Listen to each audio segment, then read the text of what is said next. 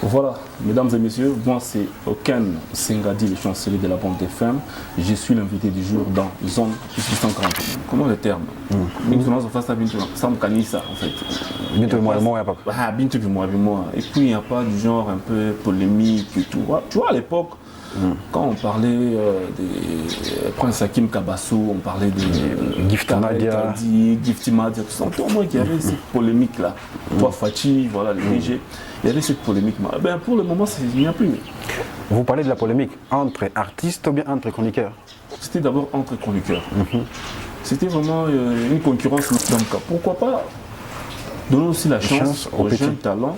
D'abord, pourquoi ton personne Bakesho, Bakanyera, Hermite, Banani, c'est à nous maintenant de donner aussi la lumière. Le goût, soit la lumière aux jeunes talents. Alors aujourd'hui, on traite des chroniqueurs des mendiants. Alors, c'est quand est-ce qu'un chroniqueur devient mendiant avec ces phénomènes en Banga? Voilà, un chroniqueur devient mendiant, c'est lorsque il n'a pas, tu vois, quand tu as une émission, mais tu dois avoir quand même d'autres activités en fait, des sources de revenus, je peux le dire dans ce sens-là, que ce soit 2 ou 3, un reporter un peu, moi 10 francs, 5 francs. Pour subvenir à tes besoins. Mais quand tu restes seulement dans les systèmes émissions, ma bande, en tout cas tu restes pas. Alors, est-ce que vous voyez, quel avenir vous voyez après Tia? Est-ce que R.J. Kanyera sera en mesure de nous proposer un son à la hauteur de Tia, ou bien pour lui c'est fini? Ou bien ta femme a succès, maman ça on a quand même un succès puis il disparaît. Bon, en fait, avec l'allure que R.J. est en train d'aller avec, moi je trouve que on ne va pas encore faire une chanson qui va dépasser Tia.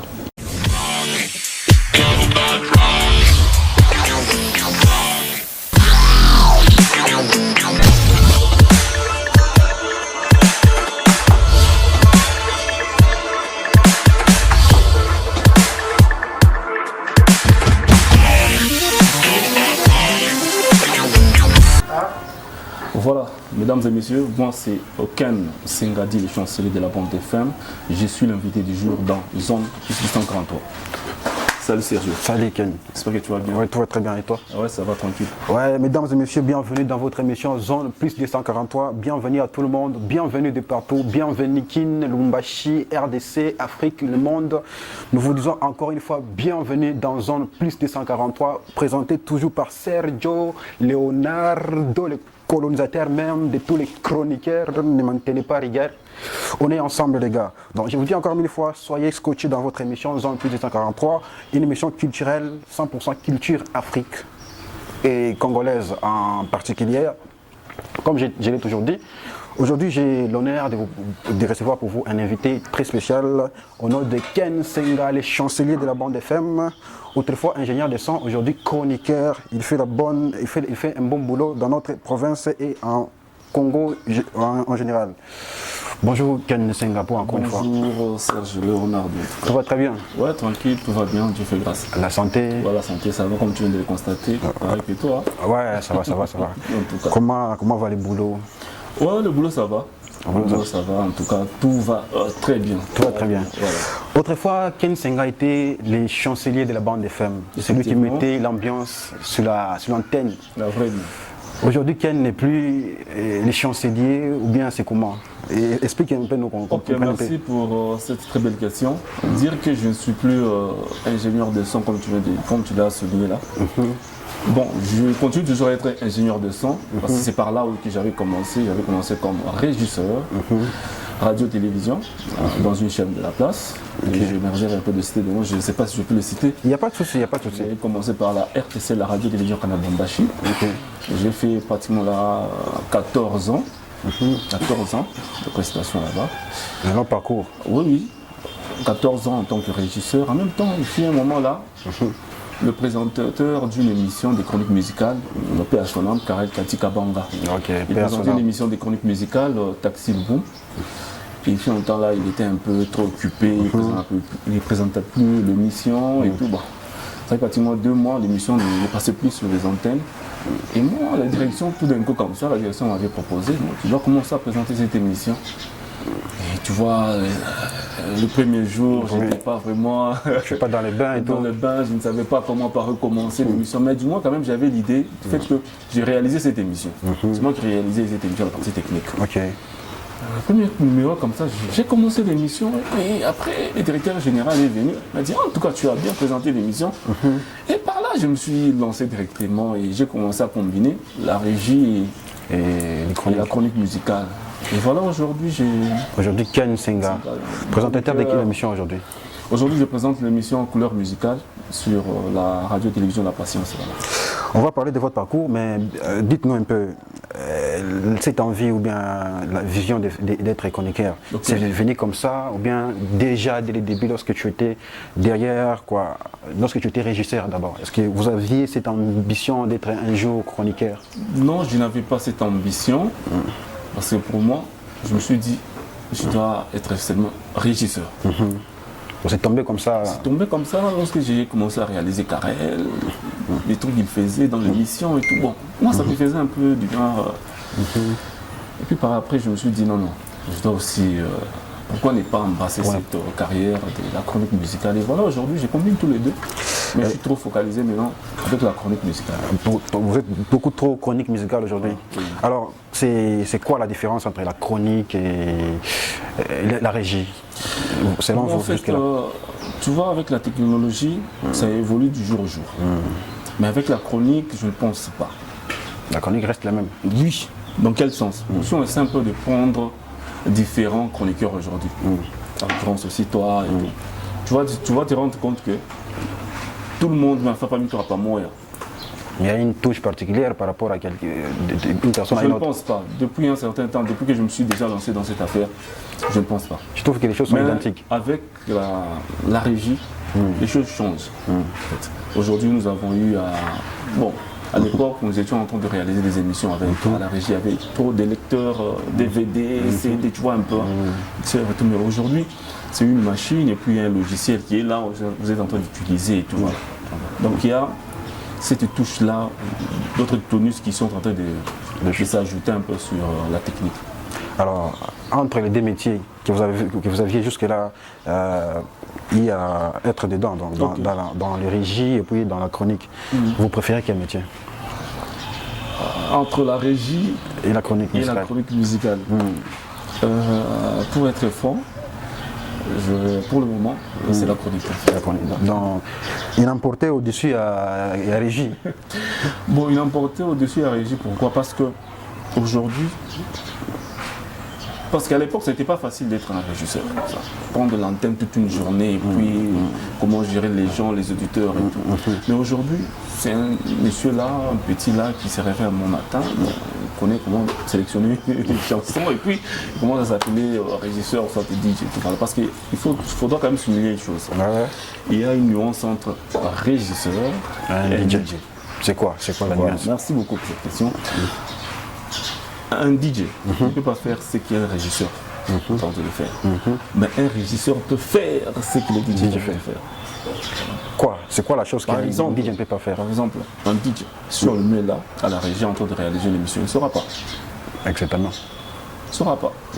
Non, un régisseur peut le faire. C'est ce qui différencie en moi ces deux choses. D'accord, je crois que c'est bien noté. Avant qu'on embrasse vraiment votre carrière des chroniqueurs, nous allons un peu brosser sur votre carrière passée des régisseurs.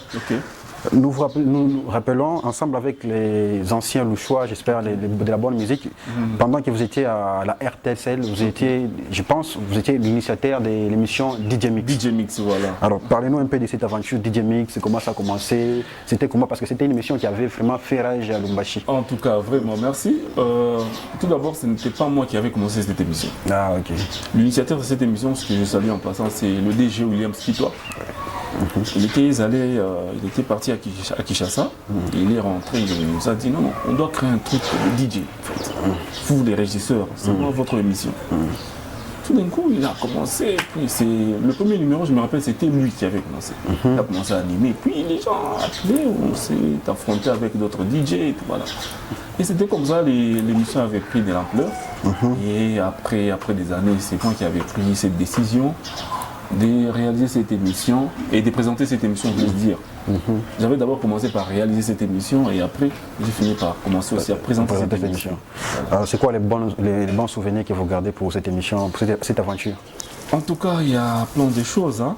Il y a plein de choses parce que pour moi, d'abord, c'était parmi les voix qui me donnaient au moins de présenter cette émission. J'avais commencé par là. Je n'avais pas commencé la chronique comme ça. J'avais commencé d'abord par DJ Mix. D'accord. Par après, c'est maintenant la chronique musicale. Donc c'est ça les souvenirs que vous gardez pour cette émission? À part ça, il y a d'autres choses hein, que je ne saurais pas vraiment élucider ou soit éclaircir au moins aux gens qui nous suivent en scène. Mais il y a plein de choses. D'accord, maintenant là on va vous recevoir, on vous reçoit dans la peau d'un chroniqueur musical à Lubumbashi ici. Okay. Alors parlez-nous un peu de la chronique musicale à Lubumbashi. Comment elle se porte en province? Comment vous la trouvez selon vous?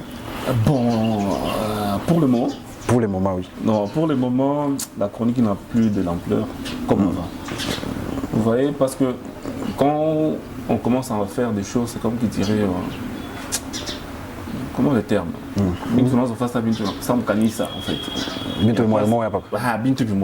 Et puis il n'y a pas du genre un peu polémique et tout. Tu vois à l'époque, quand on parlait de Prince Hakim Kabassou, on parlait de Gifty Madia, tout ça. Au moins qu'il y avait cette polémique là. Toi Fachi, voilà le DG, il y avait cette polémique. Ben, pour le moment, il n'y a plus. Vous parlez de la polémique entre artistes ou bien entre chroniqueurs? C'était d'abord entre chroniqueurs. C'était vraiment une concurrence loyale en fait. C'était pas une concurrence déloyale. C'était une concurrence loyale de façon que ça permet au moins de booster encore la chronique musicale. Mais pour le moment, c'est pas... Ça n'a plus d'ampleur. Ça n'a plus d'ampleur. Alors c'est quoi la raison? Qu'est-ce qui a fait en sorte que la chronique perd sa valeur aujourd'hui? Bon, premièrement, ce sont ceux-là qui avaient commencé, se sont déjà lancés dans d'autres choses. Et pourtant, il y avait des gens aussi qui nous donnaient vraiment ces goûts-là de faire un peu la chronique. Mais malheureusement, ils ne sont plus là. Il y a d'autres qui se sont déjà lancés dans d'autres affaires. Il y a d'autres qui sont déjà décédés. Voilà. C'est un peu la réalité de la vie. Bon, la nouvelle génération des chroniqueurs, bon, on va fiquer pour maintenir chronique et mouler niveau bah écoute donc. Parce qu'ils veulent précipiter les choses en fait. Dans quel sens? Par exemple, il a vu Prince Hakim en train de rouler. C'est compliqué. Parce qu'il y a quand même, il faut se sacrifier. Il y a des sacrifices en fait. Même pour aujourd'hui qu'on puisse quand même parler de Ken, il y a un parcours. Il y a un parcours en fait. Il y a des sacrifices. C'est ça. C'est comme aujourd'hui toi, tu as pris l'initiative de présenter des émissions. C'est ça. C'est déjà un parcours. C'est ça. Mais tu vas voir un petit là qui s'est réveillé un bon matin. Et puis, un téléphone qui commence l'émission et puis il commence à critiquer tes œuvres que tu es en train de réaliser. C'est devenu compliqué. Alors, parlant de la chronique musicale en province, c'est qui, selon vous, l'icône de la chronique en province? Selon vous, celui qui a marqué la chronique de tous les temps? Serge.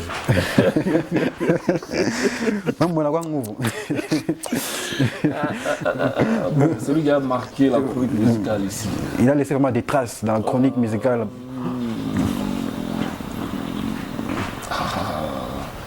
Ils sont nombreux. Hein? Ils sont nombreux. Je ne saurais pas vraiment les citer, mais ils sont nombreux. Bon, je ne parle pas de la nouvelle génération, je parle des anciens. Les anciens, voilà. Selon vous, Atabadé Bachi, Lucie faisait bien son boulot, on veut aussi marcher sur ses pas. Bon, il y a Nono Landou. Je vois. Aujourd'hui, il est le reporter d'un des membres de la politique. Il y a Nono Landou, il y a Freddy Tijika. Trop Fachi. Et il y a Prince Hakim. En passant, malheureusement, il n'est plus dans la chronique aussi. Dans la chronique. Et aussi, il y a Gift. Gift Madia, et Karel Kadi Kabanga. Ce sont des gens qui faisaient vraiment bien le boulot. Bien vraiment la chronique musicale. Alors, tu ne retrouves pas, ou bien ils sont là juste pour un temps, et puis, ou bien lorsqu'ils sont dedans, il y a des avantages qui viennent. Sauf que c'est. D'abord, il faut savoir ce que vous avez à faire, faites-le bien. Car votre bénédiction en dépend. Donc, les autres faisaient la chronique musicale, c'est juste pour passer du temps. C'était un passe-temps. Oui. Au lieu d'avoir un peu un objectif, quelqu'un. Toi, tu es là, tu te réveilles un bon matin, et puis tu commences la chronique musicale, et puis, quand vous en grâce à la fin, tu lances même un bringing. C'est pour la chronique musicale. C'est ce qui fait assez qu'aujourd'hui, les gens t'attendent en fait. Alors, si on peut parler aujourd'hui, quels sont ces chroniqueurs que vous pouvez prendre comme modèle aujourd'hui à Lubumbashi? Aujourd'hui à Lubumbashi. Parce que je dois d'abord souligner les chroniqueurs que je vais prendre vraiment actuellement. C'est l'ancien en fait. C'est parmi les anciens. Lui, il continue toujours à faire la chronique musicale. C'est qui cette personne? Grâce Kassapula. Grâce Kassapula, c'est votre modèle aujourd'hui. Grâce Kassapula. Bon, vous marchez sur ce point. Il y avait Karel, il y avait Grâce Kassapula, il y avait Prince Hakim Kabassou, 3 fois Chi, non Lam. Mais pour le moment, comme tu viens de poser la question, pour le moment, c'est Grâce Kassapula. Parce qu'il continue avec le combat. Avec la chronique musicale. Alors, les chroniqueurs, nous savons tous que les chroniqueurs, c'est une relation entre. Il y a toujours une relation avec les artistes et les musiciens. Avec les artistes, c'est la raison pour laquelle on parle de la chronique musicale. Alors, aujourd'hui, quel est le rôle qu'un chroniqueur peut jouer dans l'industrie musicale katangaise? Dans l'industrie musicale. Premièrement, c'est de promouvoir d'abord les œuvres de l'artiste. Et deuxièmement, de savoir au moins. De connaître d'abord la vie de l'artiste en fait. Tu ne peux pas faire quand même la chronique musicale sans pour autant savoir, tu n'as pas une connaissance avec l'artiste ou soit tu ne connais pas la vie de l'artiste vit comment et tout, voilà, c'est très compliqué. Son parcours et tout. Son parcours, tu ne connais rien derrière. Voilà, c'est très compliqué. Donc, ce sont des choses qui font assez qu'on peut quand même t'appeler un chroniqueur. Parce que tu te réveilles comme ça et puis on a un RG, Hermique, comment il faut savoir d'abord, tu connais d'abord l'artiste en question, tu connais son parcours, tu connais tout de l'artiste, puis tu vois quand même comment. Donc vous avez vraiment une idée par rapport à votre invité, c'est ça? Voilà. Parce qu'aujourd'hui, nous pouvons dire que les artistes et musiciens que nous recevons des fois dans nos plateaux, est-ce que ces artistes valorisent vraiment ces chroniqueurs? Les artistes et musiciens que nous recevons des fois. Il y a certains qui valorisent les chroniqueurs, certains qui ne valorisent pas. Et puis, il y a un problème aussi dans les chefs de nous, les chroniqueurs.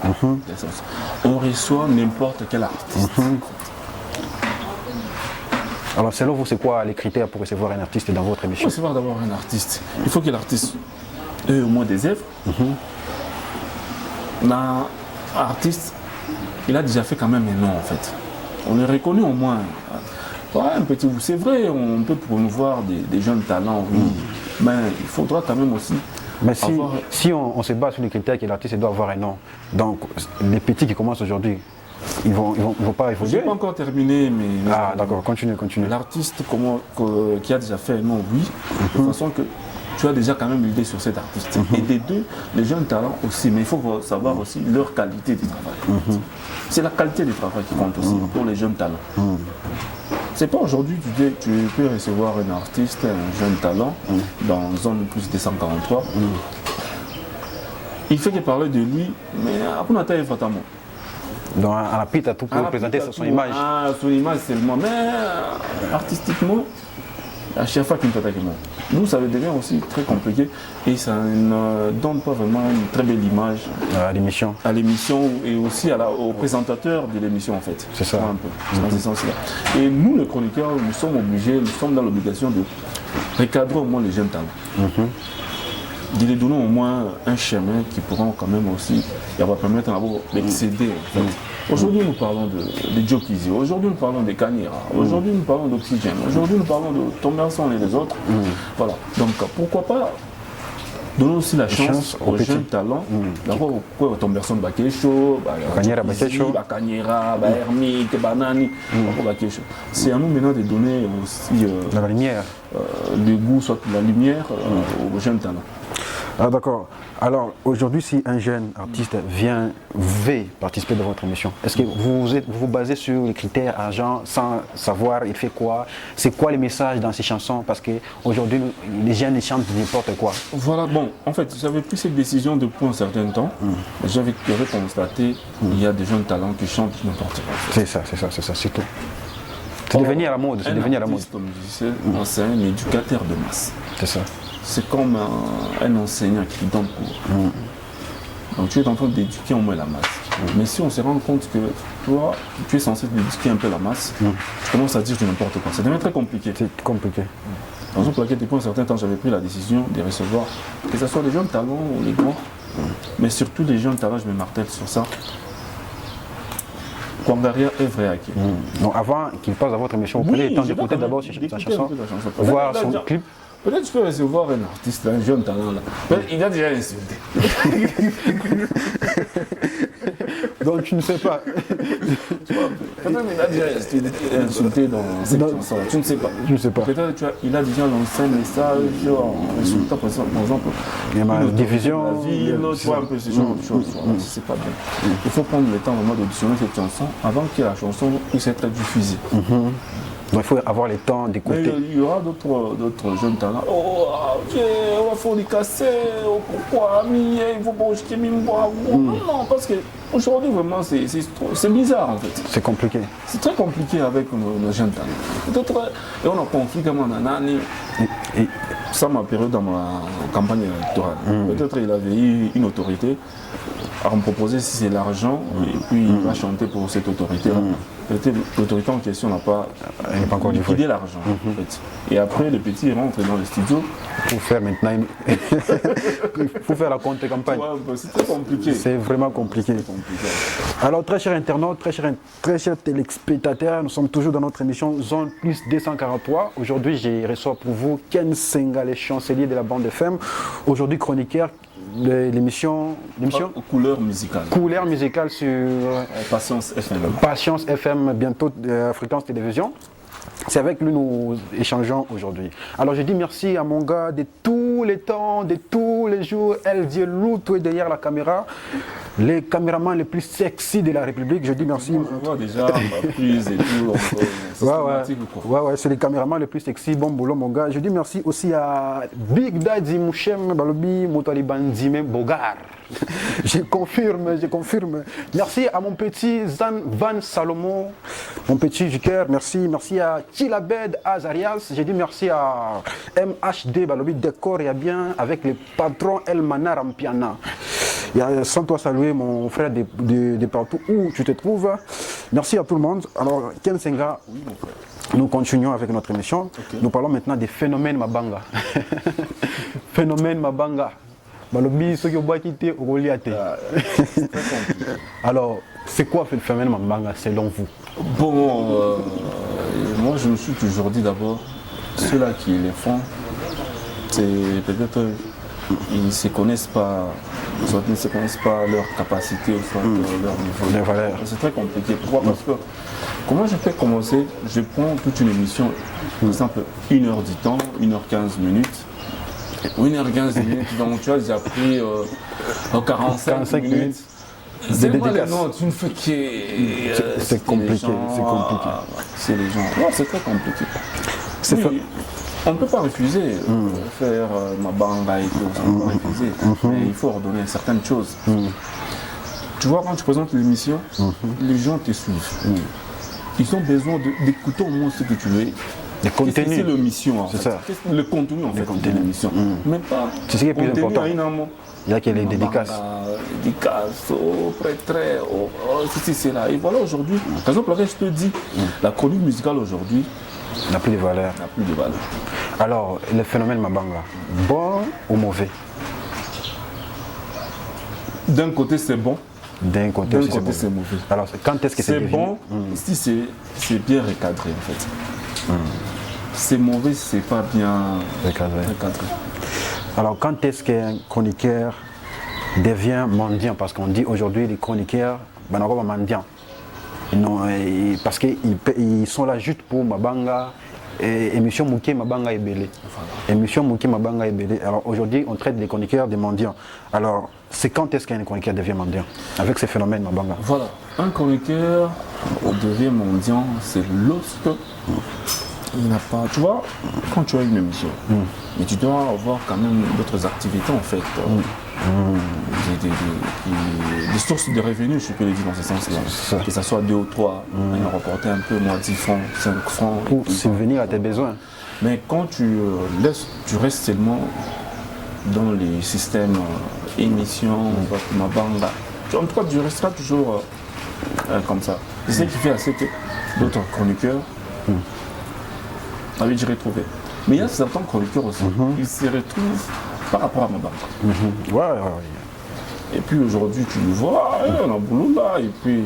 mais c'est pas une bonne vie en fait. Donc en tant qu'homme, il faut toujours... Il faut se battre. Il faut se battre et savoir comment créer. Tourner un peu la tête, tourner ton cerveau, c'est un peu... Vous pouvez sortir à 2, 3, moi 10 francs, moi 50 francs, tu n'auras pas vraiment de problèmes à ce genre de choses. Aujourd'hui, on dit que les mécènes, les soi-disant mécènes, Bananzo Kimbia, les chroniqueurs, ils ne prennent plus les appels parce que, bien en gros, pendant non, est tollé. Oui, parce que, donc toi tu prends le mécène, non, tu dépends de lui entièrement. C'est impossible. Donc, qu'il se soit pendant la journée, qu'il se soit pendant la nuit, dans le bois, tu es toujours avec Mukonga ou il y a mécène. Tu vois que ça devait être compliqué. Et puis ça diminue la valeur. Ça diminue un peu la valeur, c'est compliqué. Et puis par après, vous imaginez, il y a d'autres chroniqueurs, je me réserve un peu de citer là. Il y a d'autres chroniqueurs qui se permettent au moins de voyager même avec le mécène. C'est mon frère. Comme mécène, à notre famille, à madame Moye Koulumba, mais elle a voyagé, elle a préféré voyager dans la chroniqueur. Ah bon, il y a quelque chose qui est un peu louche, selon moi, selon ma façon de voir les choses. Bon, ça dépend aussi si c'est un voyage culturel. C'est un voyage culturel, il y a plein de chroniqueurs, papa.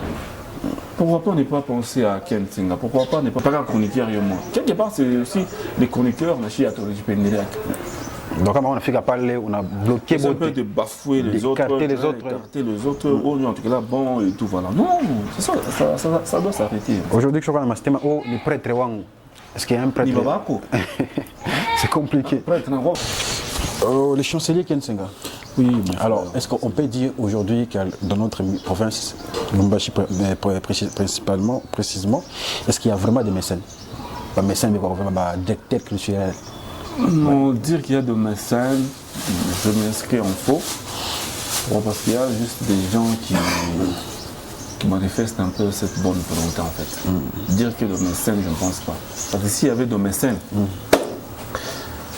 ou le mécène va se retrouver au artiste si même à 2030, on est là pour 2025 et tout voilà. Bon, aujourd'hui tu vas voir un mécène, c'est juste un temps. Toi-même tu connais quand même, il y a des mécènes, bon, des soi-disant mécènes qu'on était en train de citer, mais aujourd'hui on ne les cite plus. Il n'existe pas. Donc ça veut dire que c'était juste les gens qui étaient animés des bonnes foi, des bonnes volontés, qui faisaient au moins quelque chose. Mais dire qu'un mécène, donc, un mécène c'est autre chose. Alors c'est quoi un mécène? Un mécène, c'est celui qui d'abord, premièrement, qui a déjà fait connaissance avec l'artiste.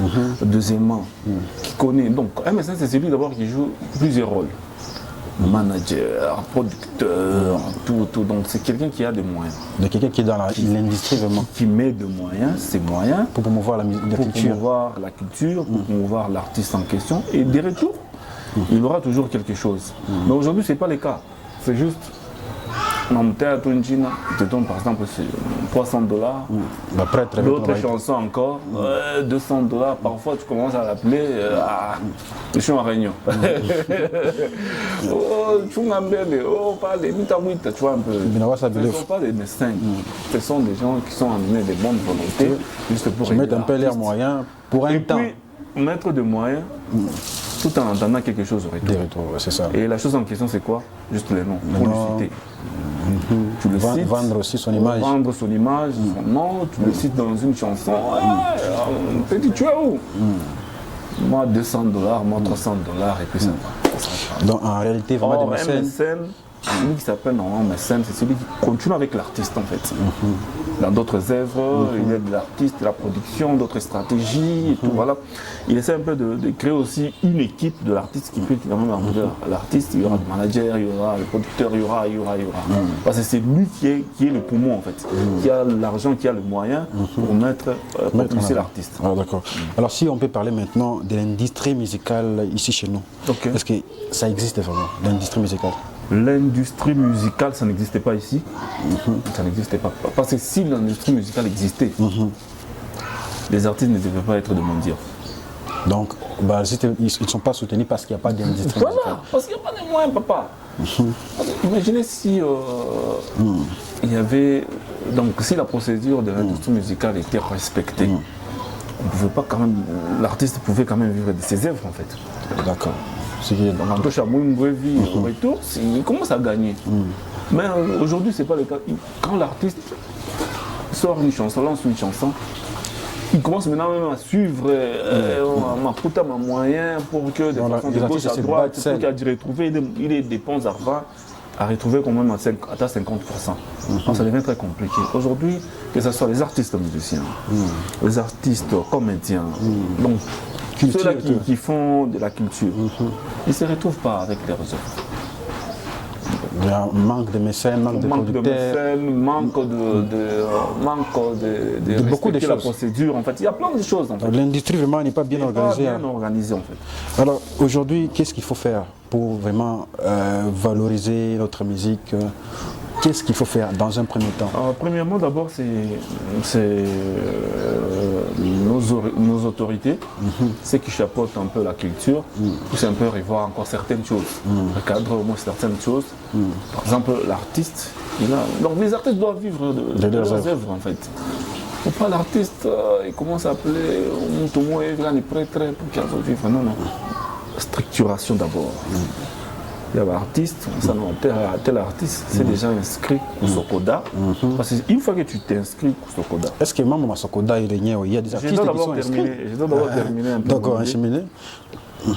Une fois que tu t'inscris au Sokoda, tu vas remettre carte. Déjà, pour Sokoda, on te reconnaît déjà en tant qu'artiste tel et artiste musicien. Mais ce qui essaie un peu de décourager les artistes, c'est quoi? Même si tu t'inscris là, ça ne sert à rien. Ça ne sert à rien, papa. Donc ça, avant l'indépendance égale après l'indépendance. Par exemple, là, tu vas voir d'autres artistes. Donc, il y a bien lancé, mais pas là, pour faire ma contact, pour une question de survivre, quoi. Parce que tu peux quand même travailler, et puis tu lances une chanson, puis tu m'as tout, non. Il faut ça maintenant, tu descends sur le terrain, tu commences à booster, toquer par-ci, par-là, de façon que tu puisses quand même tirer. Donc aujourd'hui, on peut dire que les artistes ne vivent pas de leurs œuvres. Ils ne vivent pas de leurs œuvres. Donc tu peux voir aujourd'hui. S'ils vivaient de leurs œuvres, ils ne pouvaient pas se lancer dans d'autres affaires. Or, en l'occurrence, il y a des anciens artistes, des grands artistes, il y a Luambo qui a dit. Eux vivaient seulement de la musique, papa. Mais aujourd'hui, ce n'est pas le cas. J'ai reçu tout récemment l'ancien musicien Tomberson qui se plaignait aussi par rapport à l'accompagnement et tout ça. Comment vivre les artistes ne sont pas accompagnés. Tomberson, c'est ça même la vérité, c'est ça même la réalité.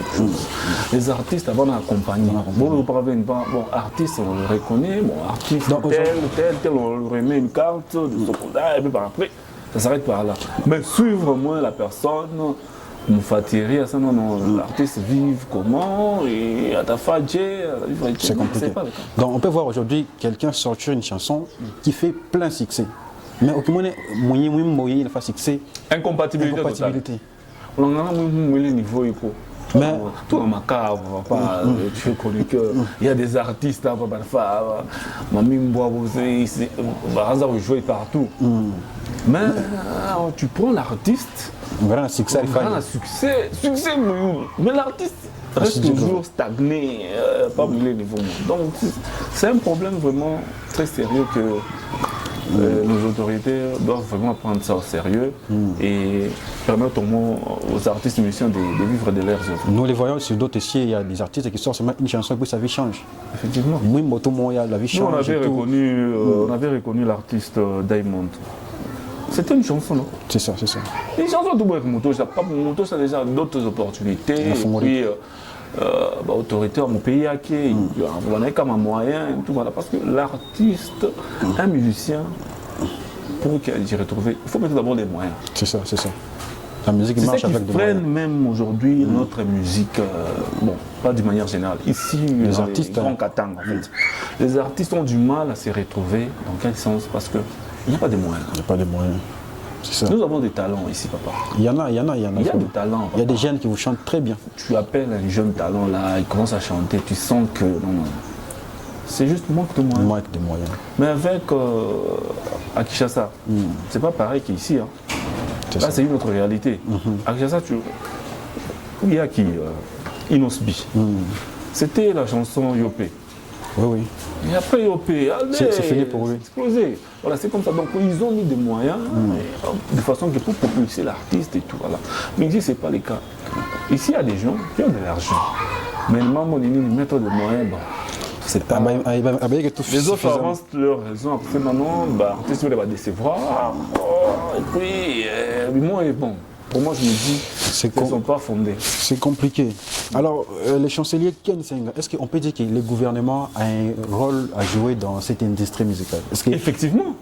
Est-ce que les artistes peuvent attendre quoi du gouvernement? Pour le moment, je vais dire aux artistes musiciens de ne plus attendre quelque chose provenant du gouvernement. Pourquoi? Parce que s'ils attendent, papa, parce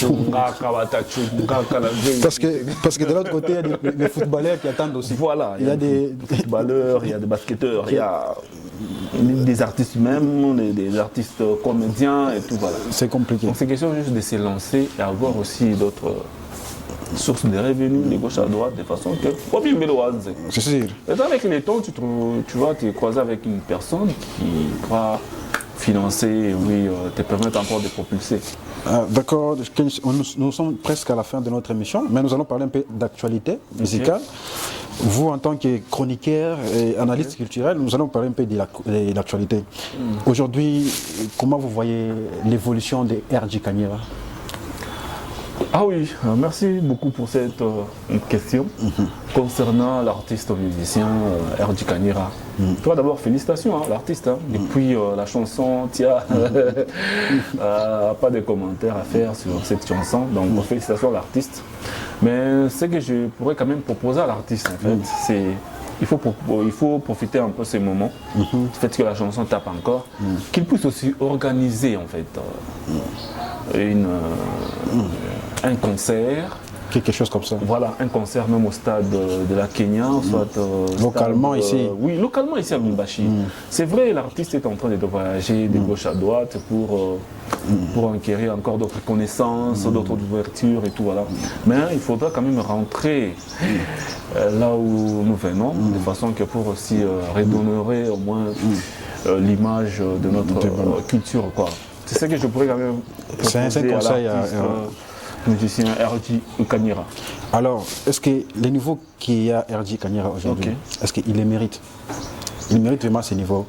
Oui, Kanyera mérite ces niveaux. Parce que moi, je me rappelle, c'est à l'époque, 2006, 2007, on assistait R.J. Kanyera dans des manifestations, soit dans des... Il y avait un truc là où on organisait à l'Halle de l'Étoile. C'était chaque samedi et dimanche. C'est lui qui était là pour prester. Il y avait aussi des MC Calais, il y avait d'autres artistes, mais c'est lui qui était vraiment en premier pour la prestation. Chaque samedi et dimanche, c'était lui, à l'Halle de l'Étoile. Ah, d'accord. Donc c'est quelqu'un qui a bataillé, qui s'est battu corps et âme de façon qu'aujourd'hui, il puisse quand même être à ce niveau-là. Aujourd'hui, il est récompensé à sa juste valeur. Voilà. Alors, est-ce que vous voyez, quel avenir vous voyez après Tia? Est-ce que R.J. Kanyera sera en mesure de nous proposer un son à la hauteur de Tia, ou bien pour lui, c'est fini? Ou bien ta femme a succès, on a quand même succès, puis il disparaît.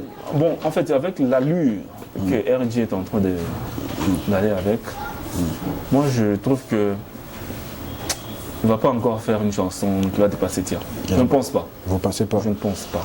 Non. Parce que la manière dont je suis en train de voir les choses, la manière dont lui, et on est dans la bine, tout le monde. Je ne pense pas. Donc c'est Tia et puis c'est normal. Normal. Parce que je ne pense pas. Peut-être ma stratégie, mais je ne pense pas. Vraiment. Alors, RJ a vraiment pris du temps depuis Tia. Ok. Il nous a promis des remixes. Jusque-là, rien. Alors, Nini, selon vous, Nini, pourquoi je peux toucher à ou bien la peine de consommer le succès à Tia pendant un long moment? Est-ce qu'il y a une bonne stratégie? C'est du succès. Pour la chanson entière. La raison pour laquelle il laisse le temps. Il laisse un peu le temps et tout. Or, quelque part, en laissant le temps comme ça, parce que tu sais, la façon dont tu vas prendre la décision sur certaines choses, d'autres adversaires, parce qu'on a travaillé en voilà, tu vois un peu dans ce sens-là. Donc, je ne pense pas qu'il pourra encore faire au moins quelque chose dépasser Tia. Vraiment. En tout cas, nous le souhaitons qu'il y ait de bonnes choses. Notre artiste RJ Kanyera qui fait actuellement la fierté de notre province. Alors, à part RJ Kanyera, quels sont ces artistes encore qui font la fierté de notre province en dehors de la province, même en dehors du pays? À part RJ Kanyera, il y a Pisson, non? Il y a Pisson. Il y a Pisson, il y a qui encore? Le petit frère de Pisson, Sami Palila. D'ailleurs, récemment, il a lancé une nouvelle chanson, Malaika. C'est une très belle chanson que moi, personnellement, j'ai appréciée. Il y a qui encore?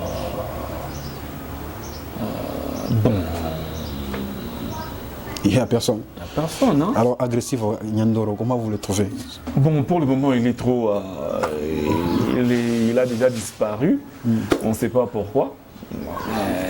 Peut-être avec le temps il pourra quand même lancer une autre chanson qui pourra quand même exploser sur la scène musicale. En tout cas, Ken Nsenga, merci beaucoup pour votre participation à notre émission aujourd'hui. Nous allons maintenant décortiquer la musique prochainement dans notre prochaine émission. Merci.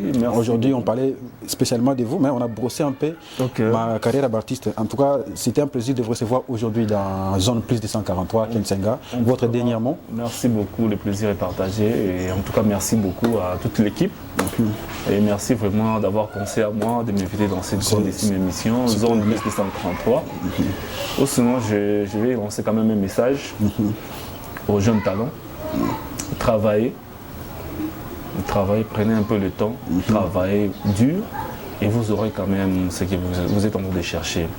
Et puis, je lance aussi un message à ceux-là qui veulent être comme Ken Nsenga aujourd'hui, parler d'eux comme nous avons fait, régisseur à la radio, Ken Nsenga, tu pars de gauche à droite, parle toujours de Ken Nsenga et tout, voilà.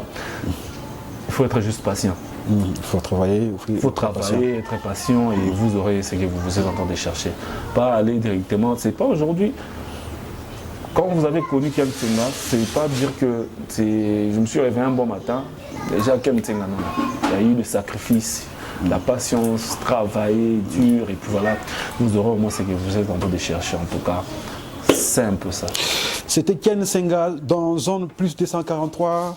Mesdames et messieurs, très chers téléspectateurs ainsi qu'internautes, nous vous disons merci, vous qui étiez scotchés à notre chaîne YouTube, à notre compte TikTok, compte Instagram ou notre page Facebook. Je vous dis encore une fois merci, 1000 fois merci de partout. Vous qui tardez encore à vous abonner, n'hésitez pas, abonnez-vous, lâchez un pouce, ça nous encourage de vous proposer encore des bons contenus.